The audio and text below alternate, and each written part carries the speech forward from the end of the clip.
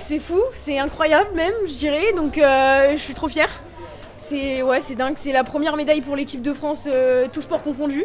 Et c'est ma première médaille olympique à moi aussi. J'avais du mal à me mettre en route parce que il y a tout... On veut bien faire et quand on veut trop bien faire, on se restreint un petit peu, on va dire, on lâche pas vraiment les chevaux. Du coup, je faisais un petit peu ce qu'il fallait pour gérer mes matchs. J'ai senti que mes 2 premiers combats, j'ai fait ce qu'il fallait, une attaque, ça marque ou ça enchaîne et ça suffisait amplement. Après, elle était peut-être plus prête que moi aujourd'hui.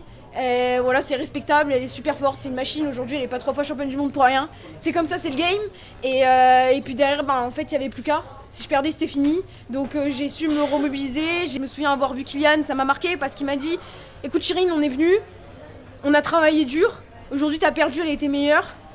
Mais en fait, on va aller chercher cette putain de médaille. C'est notre première médaille à nous deux, même à moi. Donc on va aller le faire. Et en fait, ça m'a marqué. Je repense à ma famille aussi. Et je me dis mais. Chérine, là, cette fille-là, t'as déjà pris, fais ton boulot, ton taf sur les mains et tu verras. Et en fait, au fur et à mesure, le repêchage, hop, et la place de 3, je me suis relâchée complet, j'ai l'impression, et j'ai pas réfléchi en fait, finalement, j'ai pas réfléchi. Voilà, je me suis rappelé un peu pourquoi je suis là, et en fait, Chérine, va falloir aller à 200% parce que t'as pas de deuxième chance, et une médaille, ça reste une médaille, on est à Paris. C'est incroyable aujourd'hui quoi. En fait j'étais prête à aller chercher une médaille quoi qu'il arrive. Aujourd'hui elle a été meilleure et c'est pour ça que j'étais prête à continuer parce que je pouvais pas perdre une deuxième fois. J'ai perdu contre une fille qui a été un ovni aujourd'hui. Donc c'est pas grave, on continue, on s'arrête pas là parce que je savais que j'allais le regretter. On est à Paris, c'est historique. Une médaille olympique ça reste une médaille olympique et à Paris avec une saveur un peu plus belle on va dire. Donc je voulais marquer l'histoire de mon sport, peu importe là la médaille, je me suis accrochée jusqu'au bout et je suis trop fière. Je pouvais pas m'arrêter là. Je voulais cette revanche de Tokyo, je voulais que ça bascule.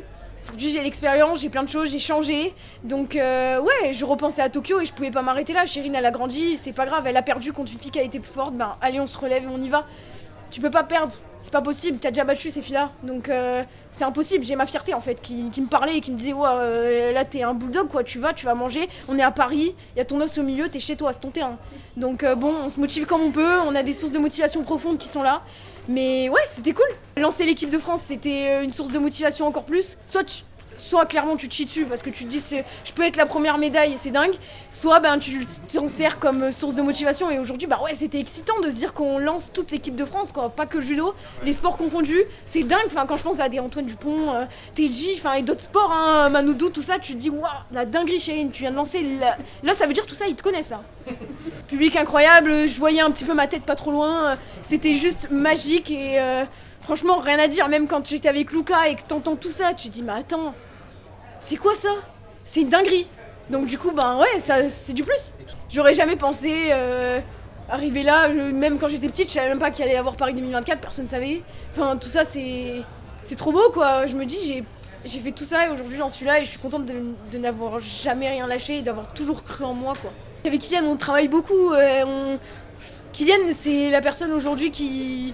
Il a beaucoup donné pour moi, il fait tout pour moi et il s'adapte pour moi et vas-y je m'entraîne chez toi et vas-y on s'entraîne là-bas et vas-y on fait des entraînements en plus. Encore même quand je suis rentrée au village, j'ai pris un taxi moto pour aller faire encore avec lui un entraînement.